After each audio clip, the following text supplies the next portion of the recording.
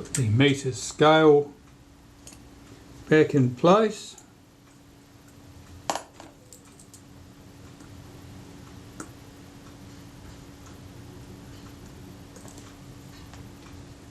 Check that's squared up.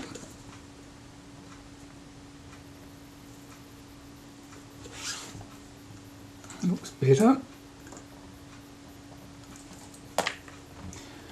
And I'll put a touch of lacquer at each end of that meter window.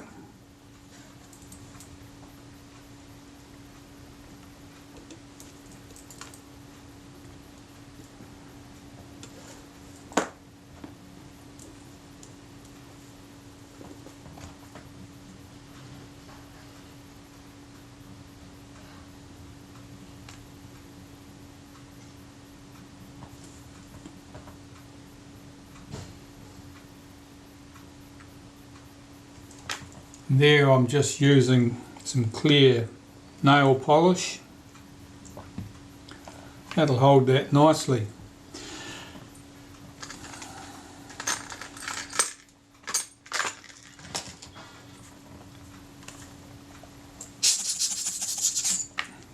Make sure there's no dust left in there.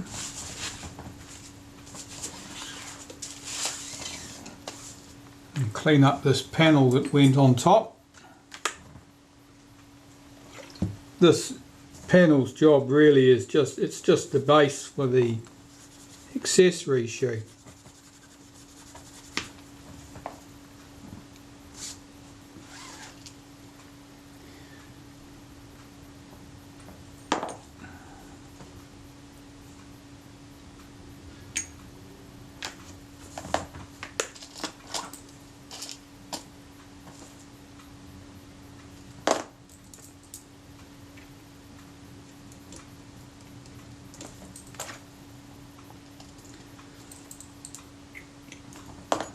All these exposure meters, the selenium cell exposure meters from the 50s and 60s, all appear to be failing or failed.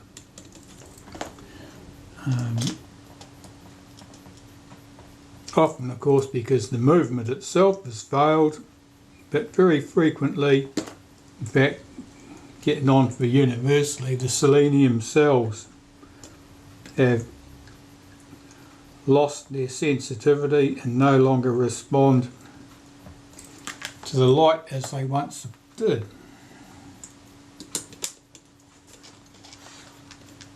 Now at this end of the top cover, I've got to get the piece in there. That cover, of course, I've got the strap lug fits in at the end, because the screw from the top goes down into that.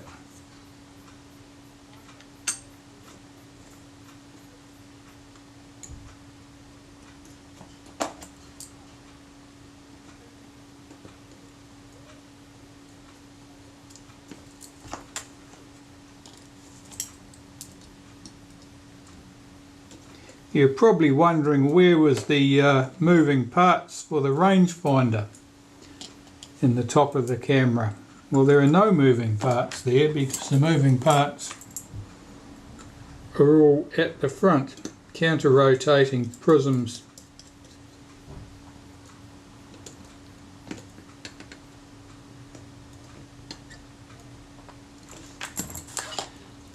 On the mount at this point.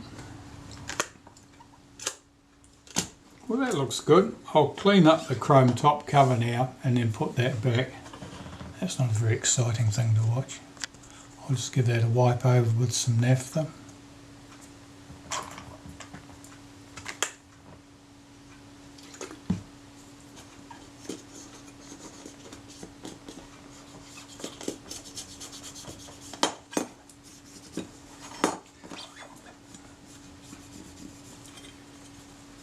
It's got that waxy residue in the back part of it here too. Better clean that out.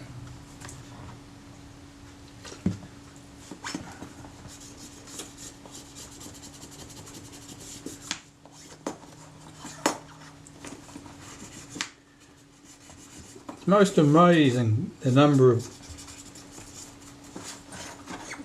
liquids that can get spilt on and into cameras. Some of them don't bear thinking about.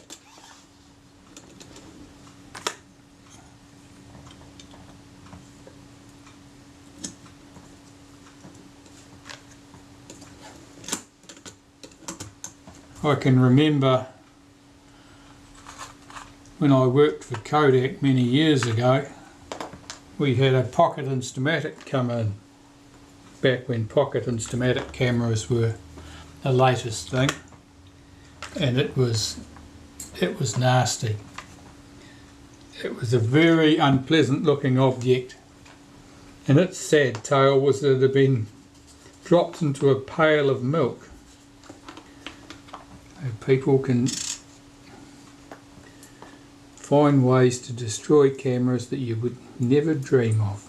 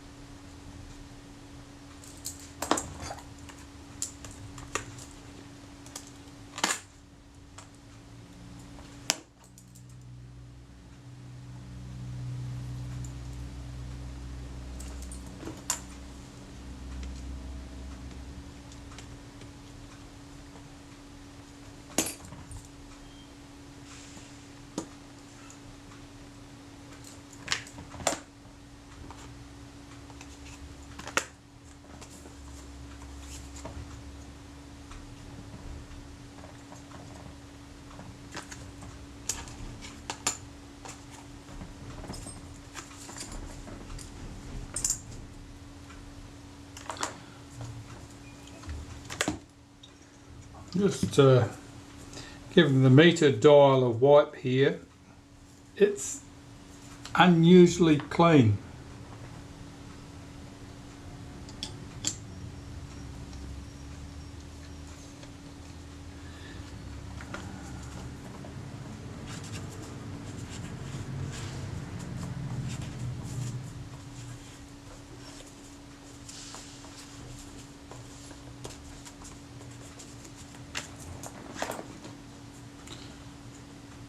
Yeah.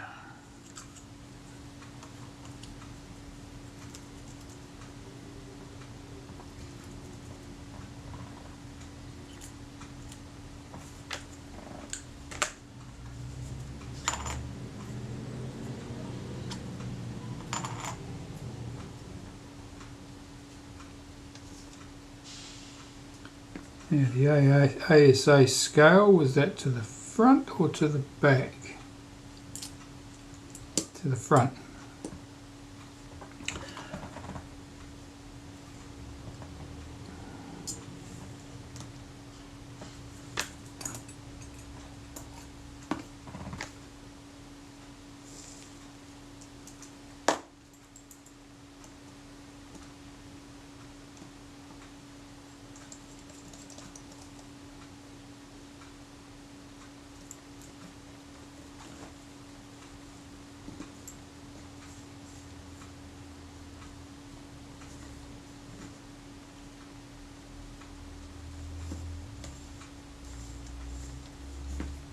What position's the ASA?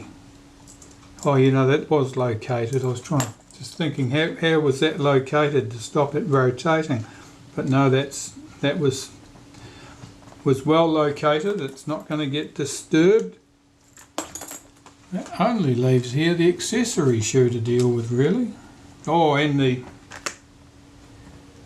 mustn't forget the piece for the meter adjustment on the back of the top housing.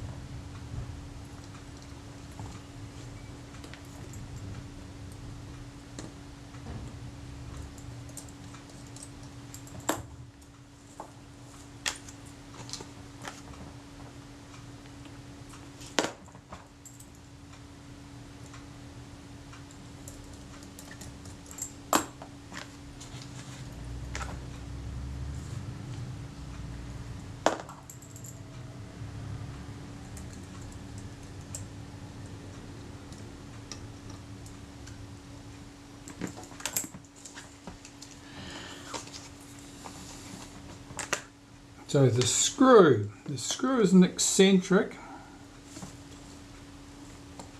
It must line up with a notch in the back of the meter there. See that engages.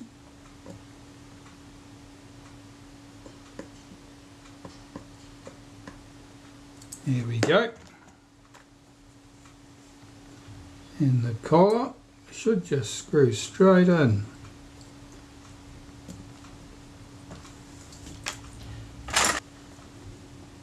Let's try these tweezers.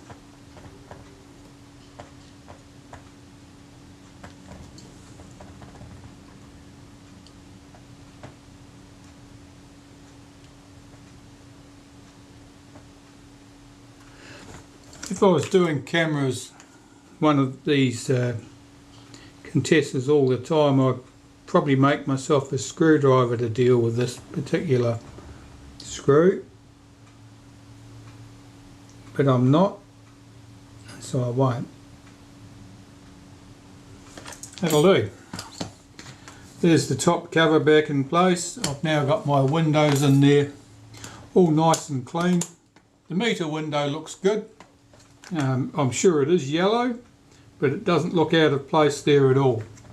That looks quite good. It's transparent enough, you can see the needle easily, and of course the needle's useless to us because it's never going to react to light. So my next thing I want to achieve on this camera is to deal with that shutter. And to deal with the shutter, I've got to remove it from the camera body. It's held in place with a retaining ring from the rear. I've got to find a tool to engage with that retaining ring. You can see it's got 4 notches in it. And I will try one of the tools I use for doing the retinas and see which one of those will engage with that ring. It looks to me like it's going to be something else. I think that's going to be a larger size than that. The retaining ring is quite broad.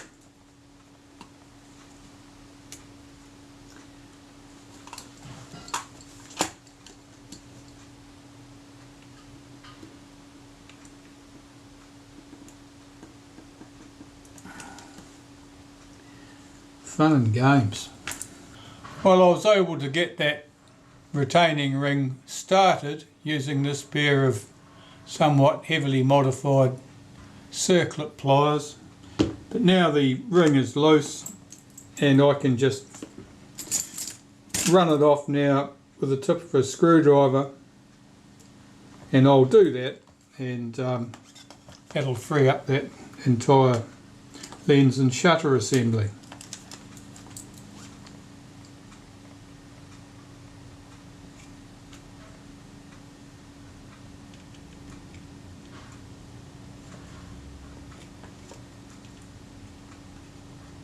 The danger when you're doing a job like this is if you slip with a sharp tool, you could damage the bellows.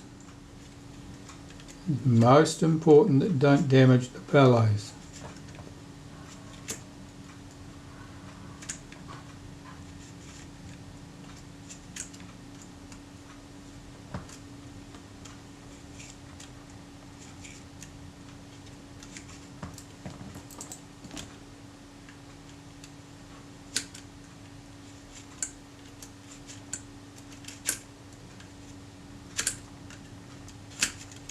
That's it.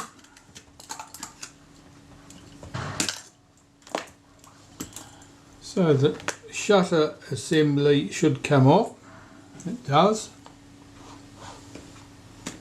And we have this lever here coupled to the film mechanism, so that that's the double exposure prevention. Let's just take that piece off as well. And slide the body to one side. Put this piece away, we don't need that. And have a look at this shutter.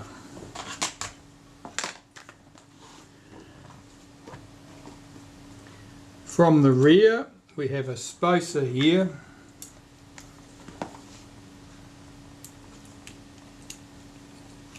It's just sitting on there.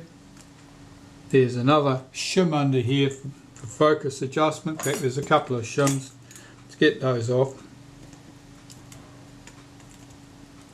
Be careful with paper shims. Try not to tear them. They are not easy to put back if you tear them. It's coming off. Pop those to one side. The rear lens group, that'll come off with a friction tool, I would say. At the front, here we have the counter-rotating prisms. They are gear driven to the focus mechanism, so as the focus scale here is rotated, these prisms counter-rotate at the top here and change the image that you see in the finder.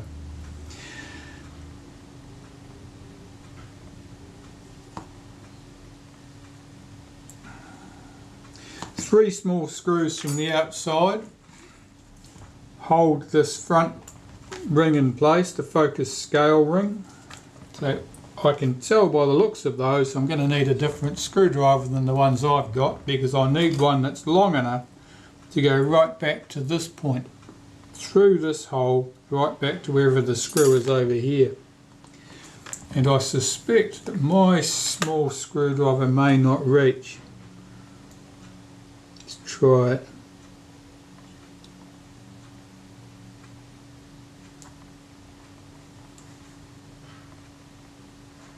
No, it won't engage. Right, more screwdrivers.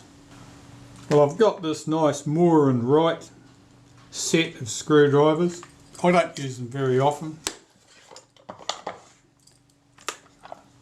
but they have the advantage that the blades are quite long and will allow me to reach those screw heads. Just backing them off a couple of turns.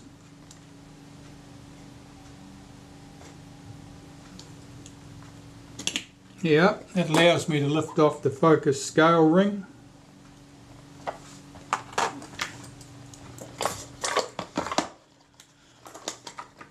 Those screwdrivers to one side. This piece needs to come off. Now there are two screws here and here, two here and here, and unfortunately there's one right at the bottom, which makes this a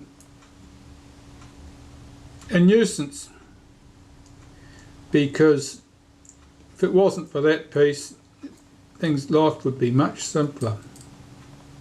Let's get these 4 screws off here first.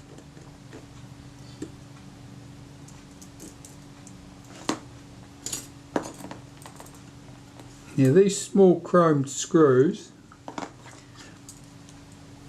they are not identical.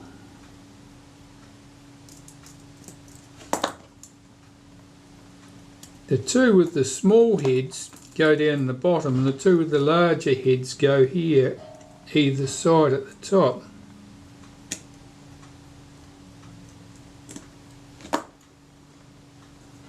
They also very short, they hardly engage at all. Let's get this piece off. Okay, there's their cover off.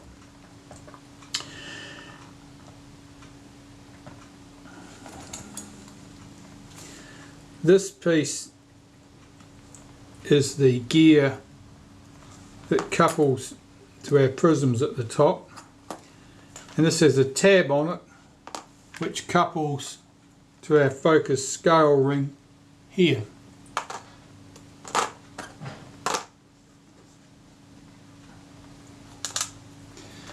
That odd screw I mentioned at the base of the shutter, that holds this bracket in place.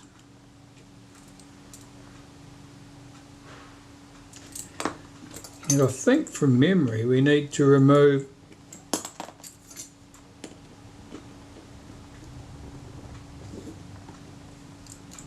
these 3 screws.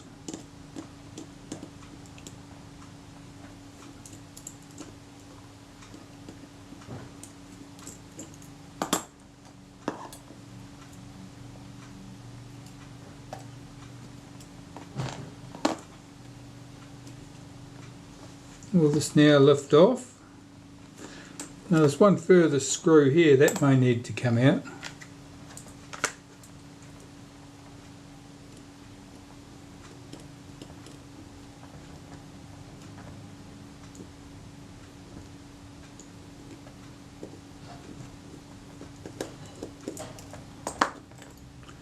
That's a smaller head.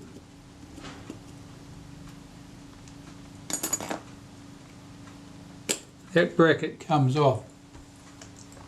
That's got our counter-rotating prisms in the top there. Getting those things adjusted correctly is always fun in games.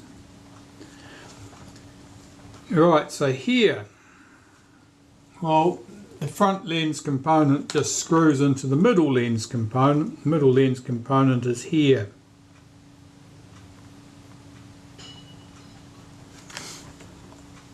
The rear group will probably come off with a friction tool.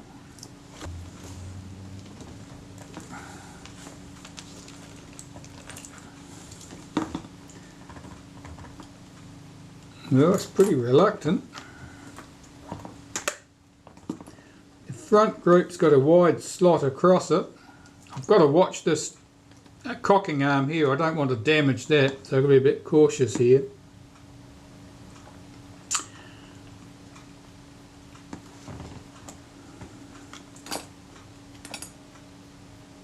I'll see if I can take these front rings right off the shutter. I'm just very wary of damaging this cocking ring.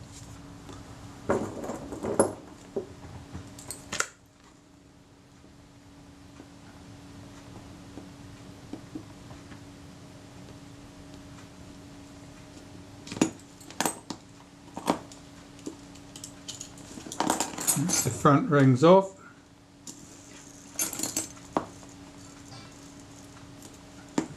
Unhook that, unhook that spring. The cocking ring can come off. Right, that's good, that won't get damaged now. The shutter release lever. This shutter is very much the same as the shutter in a Retina 2A camera. To here, mostly what I'm doing is I'm removing components so that I don't have a fight while I'm trying to get these lenses out of the housing.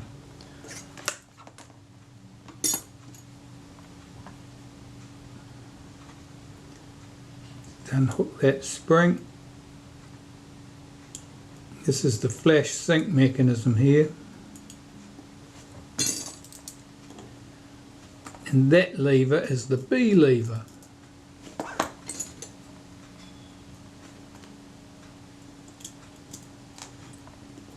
Unhook that spring from the flash sync. This lever here with the big bright green blob on the end that's for setting your flash sync.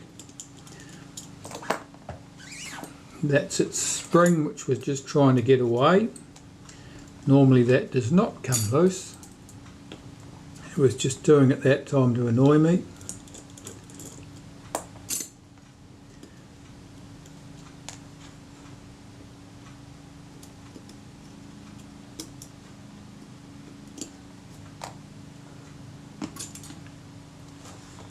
Zoom you in a bit.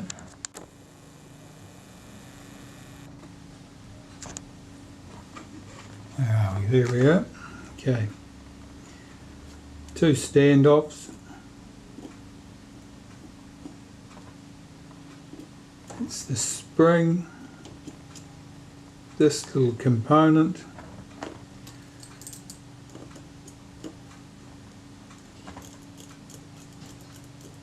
this lever which operates the flash contact, a 500th of a second spring.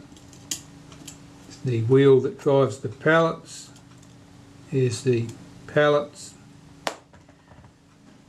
The flash contact can probably come out of the body.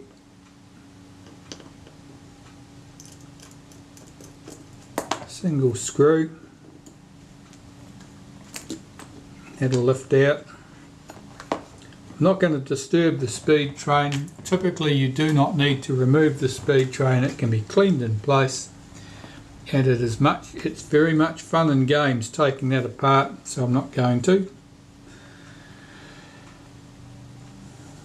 I will carry on splitting this case down, I think. This pin at the back here, we can remove that. That'll locate the shutter in the case so that the shutter doesn't rotate. We should be able to access the screws that hold the case together from the back here, and we can. There's 3 of those.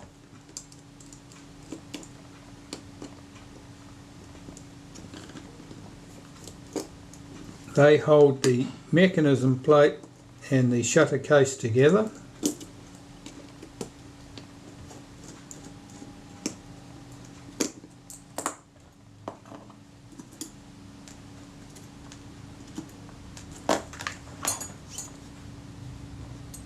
And I should be able to lift the shutter case and mechanism plate apart now, separate them. So the mechanism plate, we have our shutter blades, 5 shutter blades.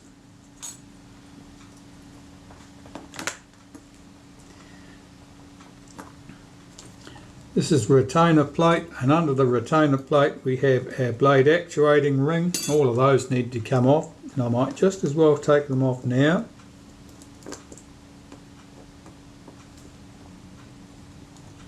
And have the mechanism plate stripped down as far as I'm going to strip it anyway.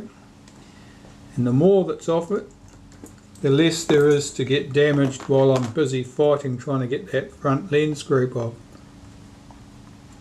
Not front lens group, the middle lens group. One of these 4 screws is longer than the others. It's this one. There's the retainer. There is the blade actuating ring. And on the top, a single screw here holds this lever in place, and this is the lever that operates the blade actuating ring. And the blade actuating ring's job is to swing the blades out and back in again to make the exposure. Right, well, I've got that stripped down. It's nice and easy for me to get now, to get at that for that front group.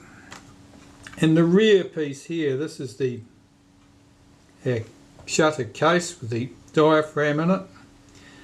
If I rotate that into the correct position, I can get at the 2 screws that hold the diaphragm setting lever, which in this case is this big chrome plate at the back of the camera, to the moving plate that swings the diaphragm blades inwards or outwards depending on position. So I'll remove these 3 screws. One of them is a countersunk head screw, the other 2 are not. Tip out the diaphragm mechanism and all the blades. So I've got these 2 components that I need to get my lenses off.